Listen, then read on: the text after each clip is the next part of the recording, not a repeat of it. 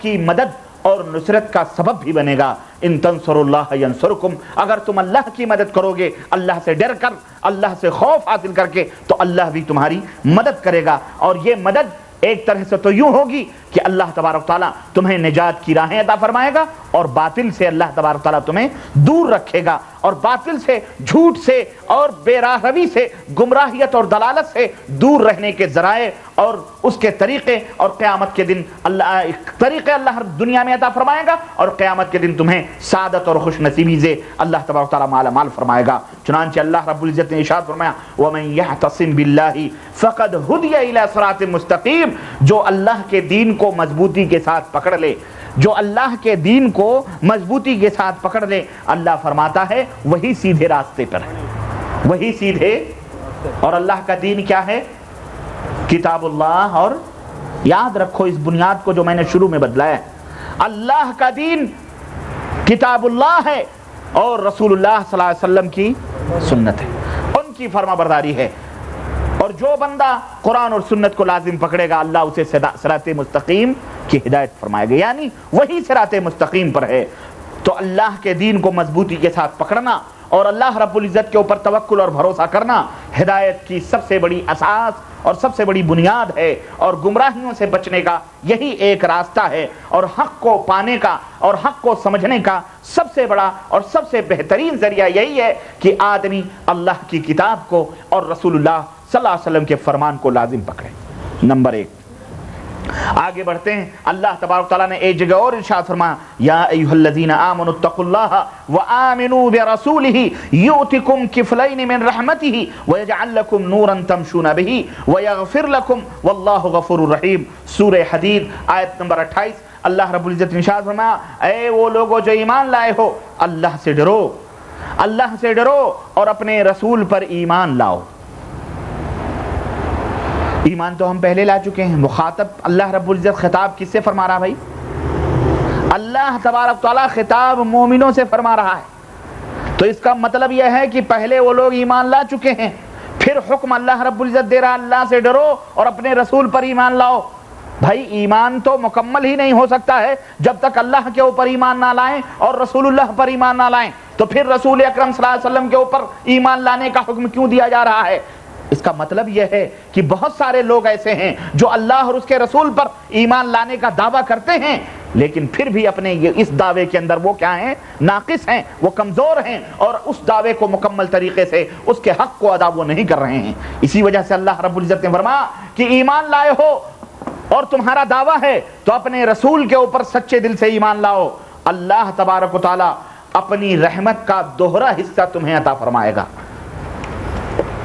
دوگنا حصہ اللہ تبارک تعالیٰ تمہیں عطا فرمائے گا۔ اور ایک بات اور فرمائی اللہ نے وَيَجْعَلْ لَكُمْ نُورًا تَمْشُونَ بِهِ، اور ایک ایسا نور عطا فرمائے گا، ایک ایسی روشنی عطا فرمائے گا اللہ تبارک تعالیٰ جس روشنی کے سائے میں تم اپنا سفر کرو گے، تم چلو گے۔ وہ روشنی کیا ہے؟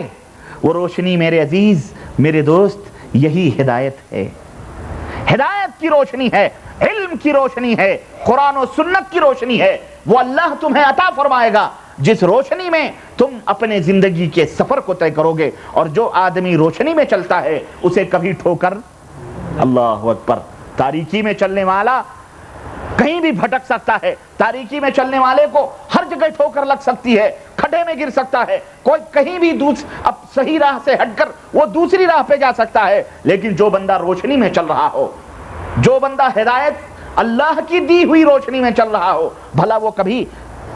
گمراہیت کی راہوں پہ چل سکتا ہے؟ ہرگز نہیں چل سکتا ہے۔ تو میرے عزیز، اگر تم تقوی اختیار کرو گے، اللہ کا خوف تمہارے دلوں کے اندر ہوگا اور نبی کریم صلی اللہ علیہ وسلم کے اوپر سچے دل سے ایمان لاؤ گے، اللہ فرماتا ہے ایک تو آخرت میں تمہیں دوہرا حصہ ملے گا تمہاری نیکیوں کا، اور دوسرا یہ کہ اللہ تمہیں روشنی عطا فرمائے گا جو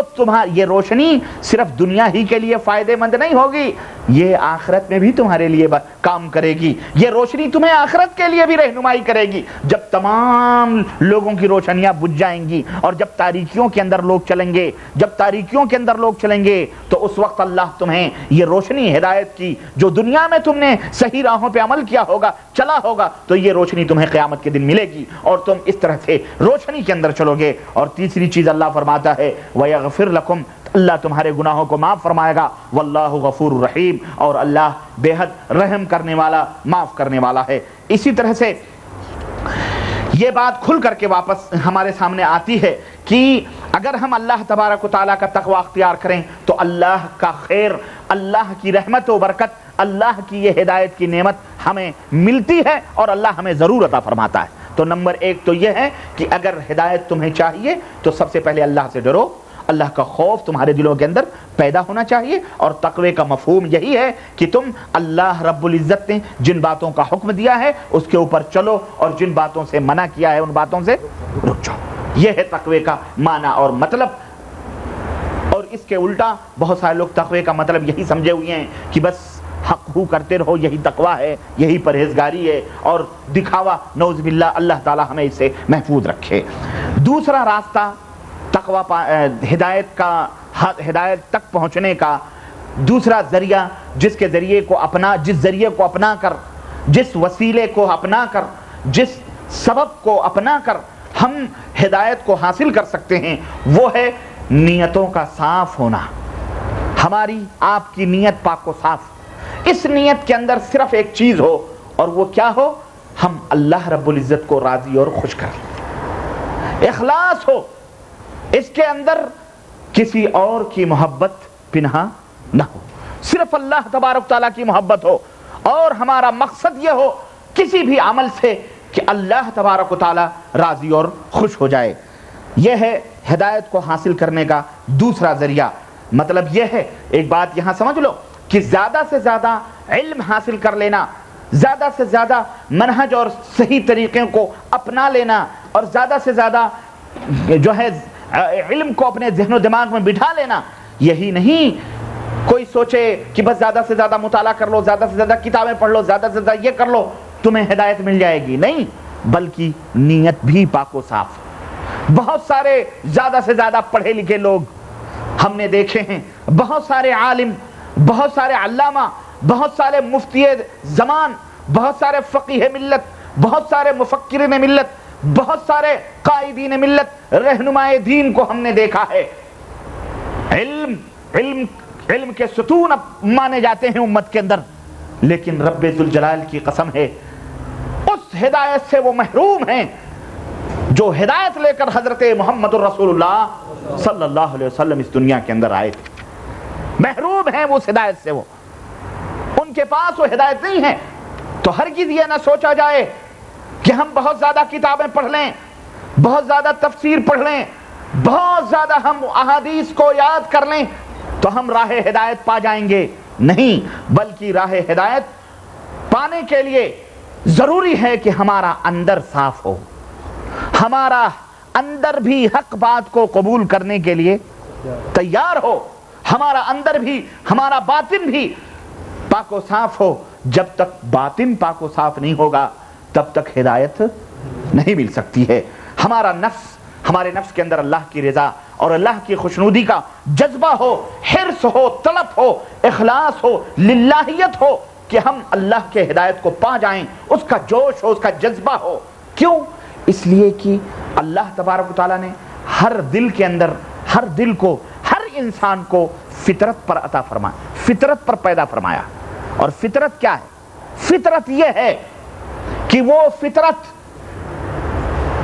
اللہ تبارک و تعالیٰ کی بتلائی ہوئی شریعت، اللہ تبارک و تعالیٰ کی نازل کی ہوئی شریعت اور نبی کی بتلائی ہوئی شریعت اور نبی کا بتلایا ہوا دین، وہ فطرت قبول کرتی ہے۔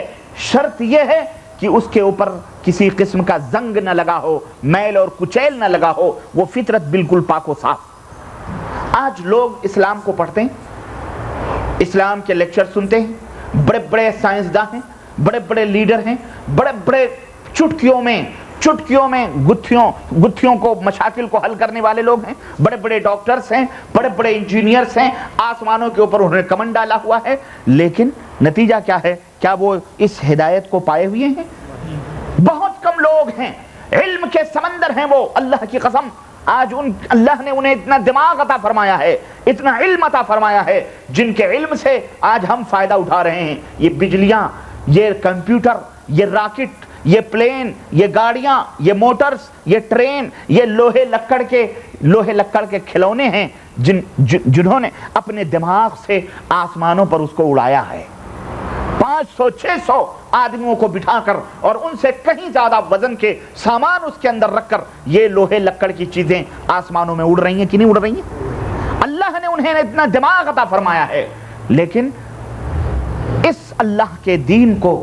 سمجھنے سے ان کا دماغ قاصر ہے، مجبور ہے کہ نہیں؟ کیا انہیں یہ ہدایت ملی ہے؟ نہیں۔ کیوں؟ اس لیے کہ ان کا باطن پاک و صاف نہیں ہے، ان کا اندر پاک و صاف نہیں ہے، ان کے اندر اس فطرت کے اوپر جہالت کی تاریکی، جاہلیت کی تاریکیوں نے اس فطرت کو اپنے گھیرے میں لیا ہوا ہے۔ اللہ کے رسول صلی اللہ علیہ وسلم فرماتے ہیں کل مولود یولد علی الفطرہ، ہر بچہ جو پیدا ہوتا ہے وہ اسلامی فطرت پر پیدا ہوتا ہے، یعنی وہ مسلمان ہوتا ہے۔ جب وہ پیدا ہوتا ہے مسلمان ہوتا ہے، لیکن اس کے ماں باپ اسے یہودی بنا لیتے ہیں، نصرانی بنا لیتے ہیں، مجوسی بنا لیتے ہیں، تو پھر وہ عیسیٰ علیہ السلام کی پوجا شروع کرتا ہے اور عزیر کو اللہ کا بیٹا کہتا ہے، یہودی ہو جاتا ہے۔ پھر وہ سڑکوں پر چلتے پھرتے یا گرے پڑے پتھروں کو بھی اپنا خدا سمجھ لیتا ہے، اسے آگ کی پوجا کرتا ہے، سورج کی پوجا کرتا ہے، زمین اور آسمان کی پوجا کرتا ہے۔ کیوں؟ اس لیے کہ اس فطرت کے اوپر اب دوسرا کور چڑھ گیا ہے، اس کا باطن ادھیر، اس کے ماں باپ نے اس کے اوپر زنگ لگا دیا ہے، اس کے اوپر میل اور کچیل ہے، ورنہ ہر بچہ اسلامی فطرت پر پیدا ہوتا ہے۔ تو ہمارے دلوں کے اندر وہ فطرت موجود ہے جو حق کو قبول کرے، قرآن و سنت کی باتوں کو ایکسپٹ کرے، لیکن جب اس فطرت پر کوئی زنگ چڑھ جائے، کوئی غبار آ جائے، کوئی میل آ جائے، تو یقینی بات ہے کہ قرآن و سنت کی روشنیاں اس تک کم ہی پہنچتی ہیں، اور بہت سارے لوگ ہیں کہ ان تک تو پہنچتی ہی نہیں ہیں، تو پھر اسی وہ گمراہیوں میں رہتے ہیں۔ حالانکہ بہت بڑے علم والے ہیں، بہت بڑے مفکر ہیں، اور بہت بڑے سائنسداں ہیں، بہت بڑے مفتی ہیں، بہت بڑے علامہ ہیں، بہت بڑے قائد اور رہنمائے ملت کے نام سے وہ یاد کیے جاتے ہیں، لیکن وہ چونکہ دلوں کے اندر فساد برپا ہے، دلوں میں تعصب ہے، دلوں کے اندر نفسانی خواہشات ہیں، دلوں کے اوپر جاہلیت اور جہالت اور ضد اور ہٹ دھرمی کی میل ہے، کچیل ہے، اس کا زنگ ہے، اور اس کی گندگیاں ہیں، جس کی وجہ سے انہیں ہدایت نصیب نہیں ہوتی ہے۔ وہ